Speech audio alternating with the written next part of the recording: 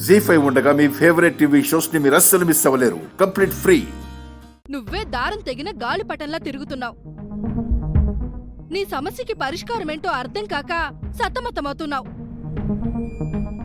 తాను దూర సందులేదు కాని మెడకొక డోలన్నట్టు వికాస్ అవనిలా పెళ్లి చేస్తానని నువ్వెలా మాటిచ్చేశావు? నువ్వు వచ్చి టెన్షన్ ని తగ్గిస్తావు అనుకున్నావు, కానీ టెన్షన్ ని పీక్కు తీసుకెళ్లిపోయావు.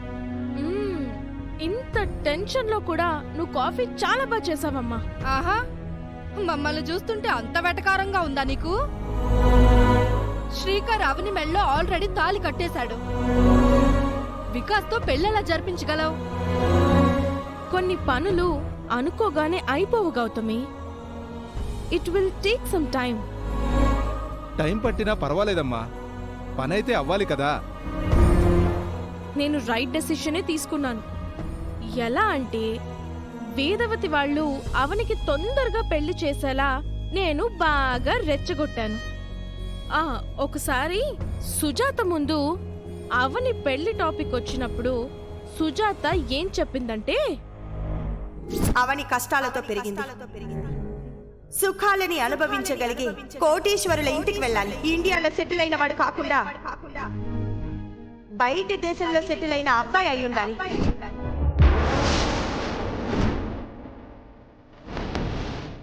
అబ్బో, చాలా కోరికలు కోరిందిగా.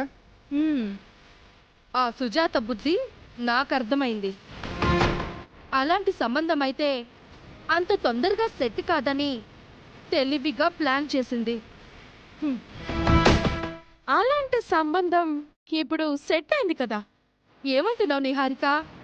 అంటే ఎస్, సుజాత కోరినవన్నీ వికాస్ దగ్గరున్నాయి. విక్కీ కరెక్ట్ గా మ్యాచ్ అవుతాడు. వాడైతేనే అవనికి కరెక్ట్ మొగుడు. చుక్కలు చూపిస్తాడు. కష్టపడి ఆ ఇద్దరు పెళ్లి ఏదో రకంగా జరిపించేశాము అంటే ఆ అవని నాకు పెట్టిన టార్చర్ని నేను వడ్డీతో సహా తీర్చుకున్నట్టు అవుతుంది. నీ ప్లాన్ బానే ఉంది బేబీ, బట్ ఇది మెటీరియలైజ్ అయ్యేలోపు అవని మెడలో తాళి బయటపడి శ్రీకర్ కట్టాడని అందరికీ తెలిసిందంటే ఇది పాయింటేగా. అలా జరిగినా కూడా మనకే ఫేవర్ అవుతుంది. ఎలా? ఇంతకాలం బయటపడకుండా ఎందుకు మోసం చేశావు అని వేదవతి కాళికామాత అవతారం ఎత్తుతుంది. ఇంటి నుంచి గెంటేయొచ్చు ఆర్ చంపేయొచ్చు. సో ఎలా అయినా సరే అవనికే నష్టం, మనకి లాభం. అవని చేప పిల్లల ఒడ్డున పడగానే శ్రీకర్ విలవిల్లాడిపోయి నా ఒళ్ళో వాలిపోతాడు. ఇప్పుడు కథ మంచి రసపట్టులోకి వచ్చింది కదా. నేను ఆడబోయే గేమ్లో మీరు సపోర్టర్స్ గా ఉండండి చాలు. మిగిలింది నేను నడిపిస్తాను.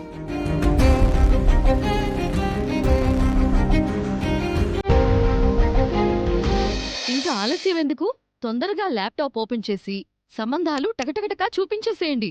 అందులో నుంచి మంచి సంబంధం మా అత్తగారు సెలెక్ట్ చేస్తారు.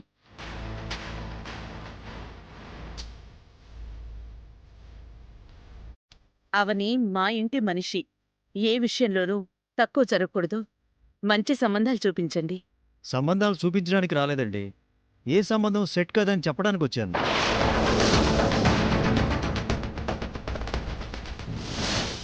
అదేంటి అంత మాట అనేశారు?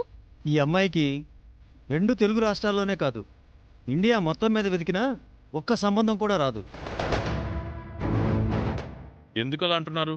అమ్మాయికి సంబంధించిన వివరాలు ఎవరైనా అలా ఇస్తారండి? మా సిస్టర్ క్రియేటివిటీ ఉపయోగించి ఏమిచ్చిందేంటి? చదువుతాను, ఉండండి.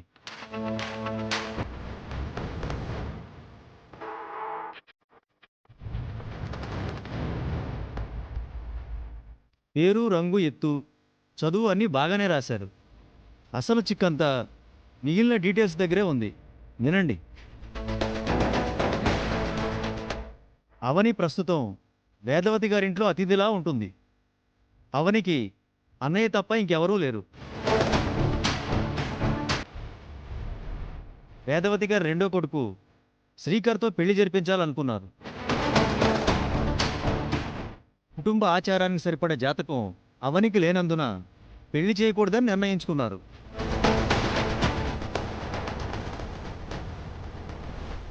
కోటీశ్వరుడు, ఎన్ఆర్ఐ అయినవాడు, ఫారిన్లో సెటిల్ అయినవాడు మా అవన్నీ చేసుకోవడానికి ముందుకు రాగలరు.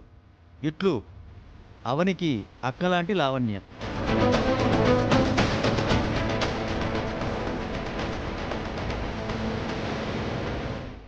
ఇలాంటి ఇన్ఫర్మేషన్ చూసి ఒక్కరైనా ముందుకొస్తారా?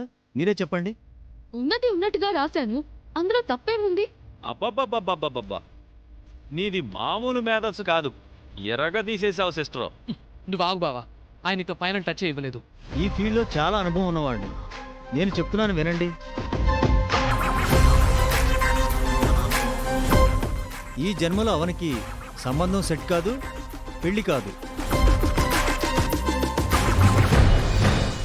ఇక నేను బయలుదేరుతాను. ఎక్స్క్యూజ్ మీ, ఆగండి ఆగండి. ఇంకొకసారి ఇలాంటి పిచ్చి పిచ్చి పనులు చేయకు. ఇంకోసారేంటి, ఆల్రెడీ చేసేసింది కదా.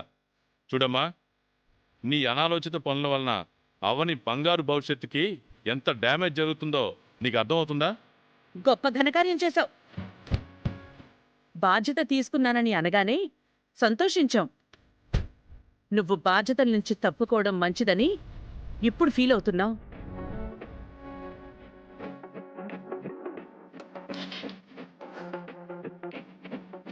లావణ్య చేసిన పొరపాటు వలన ఇబ్బందైతే కలుగుతుంది, కాదనడం లేదు. అలా అని దిగులు పెట్టుకోవద్దు. నీకోసం ఎవరో ఒకరు పుట్టే ఉంటారు.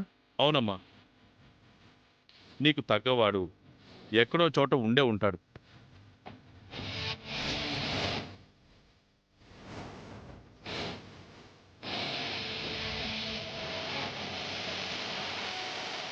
జీ5 యాప్ డౌన్లోడ్ చేసి అన్ని ఎపిసోడ్స్ పూర్తి ఉచితంగా చూడండి.